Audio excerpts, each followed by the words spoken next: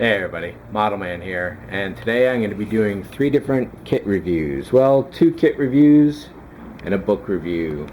The Star Wars Blueprints. This is the $60 version available on Amazon, not the $250, $500 version that I believe is like nearly twice as large as this whole thing, which means it's 4 times the size. 1, 2, 3, 4. Cool book. A few things I was hoping for that would be there that aren't there, but we'll take a quick breeze through that. And over here, this is the STS Crawler Transporter, 1/144th scale for the Space Shuttle. Copyright 2010, David R. Meyer. Educraftdiversions.org is the website you want to go. Look under the space link and see all the crazy models that are there.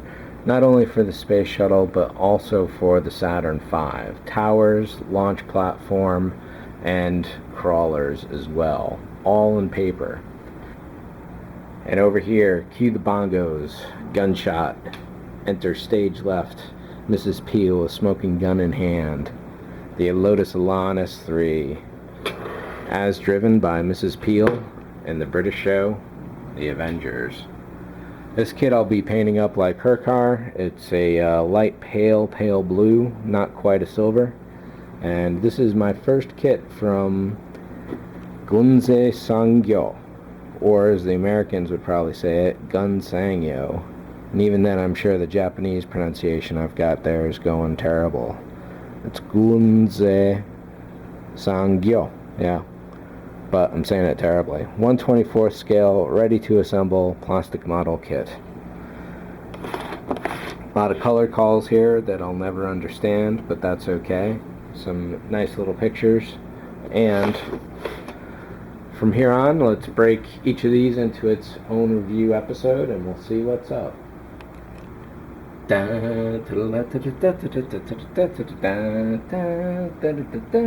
Star Wars The Blueprints from J.W. Rinsler. This is the $60 version that's available on Amazon.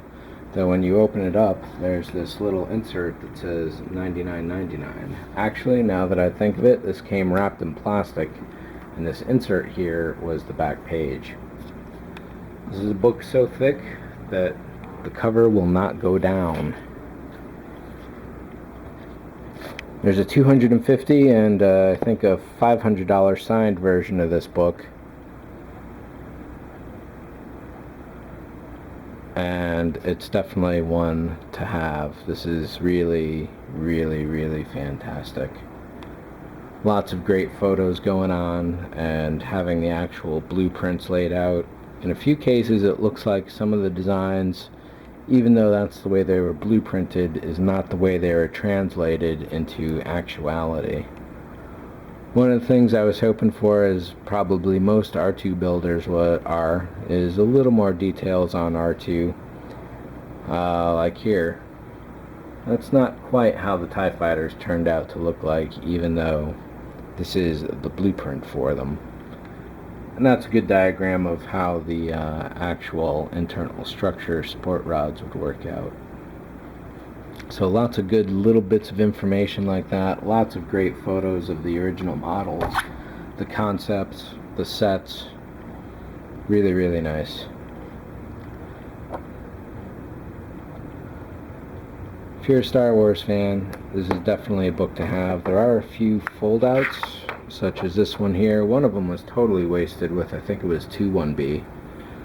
I can't imagine why they did that. This is the Mos Eisley set overall. There's so many other subjects that would have been better for the fold-out insert, and whether I could happen to find it right now, I don't know. This does cover all 3 movies.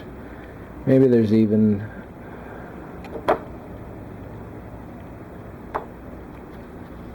a nice one of the Tedarium. And they even throw some time at the prequels as well. Kind of wasted space in my opinion, but I guess having that is just as handy as the rest. I'm just very glad that it does not occupy most or even more of a significant portion of the whole book than it does. But yeah, really fantastic, and I bet they could even do a book bigger than this for each of the movies overall. Lots of good little stories here and there built into the text going on, and just a lot of really great background information on all the movies.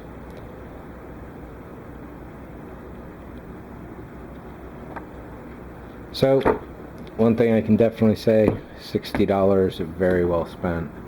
This was my birthday present from my wife, and I'm so glad to have it. $60, or if you can get the $500 signed version, I'm pretty sure those books are like twice as big, which means twice as wide, twice as tall for 4 times the volume. Can you imagine a book is half as big as this table? It's a tough one for me, that's for sure. So, thanks for watching. See ya.